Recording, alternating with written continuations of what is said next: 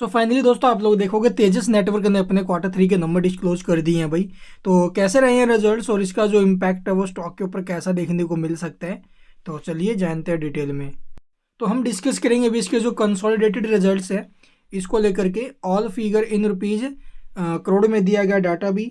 तो चलिए देखते हैं टोटल इनकम वगैरह कैसी रहे। तो यहाँ पर आपको क्वार्टर एंडेड देखने को मिलेंगे और ये आपको जो ना भी 9 मंथ एंडेड रिजल्ट्स देखने को मिलने वाले हैं। अगर बात की जाए टोटल इनकम की या फिर टोटल रिवेन्यू, तो अदर इनकम वगैरह इंक्लूड होकर के जो टोटल इनकम हमें देखने को मिल रही है वो क्या है अभी 2655 करोड़ की।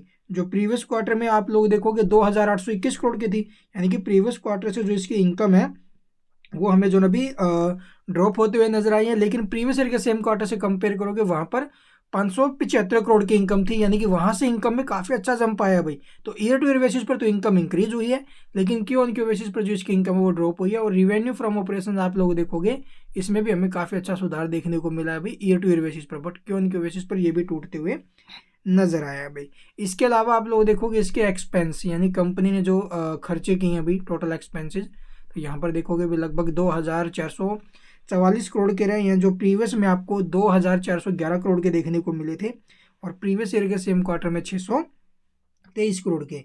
यानी कि ईयर टू ईयर बेसिस पर आप लोग देखोगे इसके जो एक्सपेंस है वो इंक्रीज हुए हैं, तो क्यों उनके बेसिस पर भी इंक्रीज होते हुए नजर आए हैं। और अब की बार जो रिवेन्यू है वो एक्सपेंस तो ज़्यादा ही है, मतलब कंपनी ने प्रॉफिट ही बनाया है भाई, बट प्रॉफिट कितना चलिए देखते हैं। प्रॉफिट आफ्टर टैक्स की बात करें तो करंट क्वार्टर में 165 करोड़ का प्रॉफिट कंपनी ने जनरेट किया है, जो प्रीवियस में 275 था वहां से टूटा है।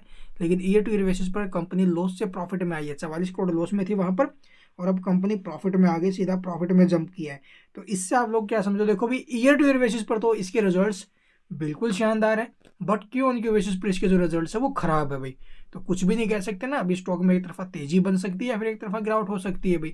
इसके अलावा अर्निंग पर शेयर देखोगे 944 क्या है, प्रीवियस में 16 रुपये था और प्रीवियस ईयर के सेम क्वार्टर में 2 रुपये 64 पैसे माइनस में था भाई। इसके अलावा आप लोग देखोगे ये नोट्स जो आप लोगों को डिटेल में पढ़ने हैं ड्यूरिंग दी क्वार्टर क्या कुछ देखने को मिला, अभी मार्केट एस्टिमेट इसका अवेलेबल नहीं है और तो कुछ खास अपडेट इसके अंदर नहीं आई है।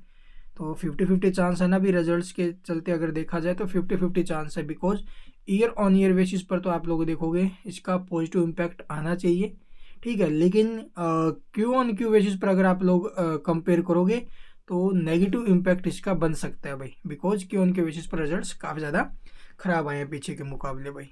And thank you for watching the video.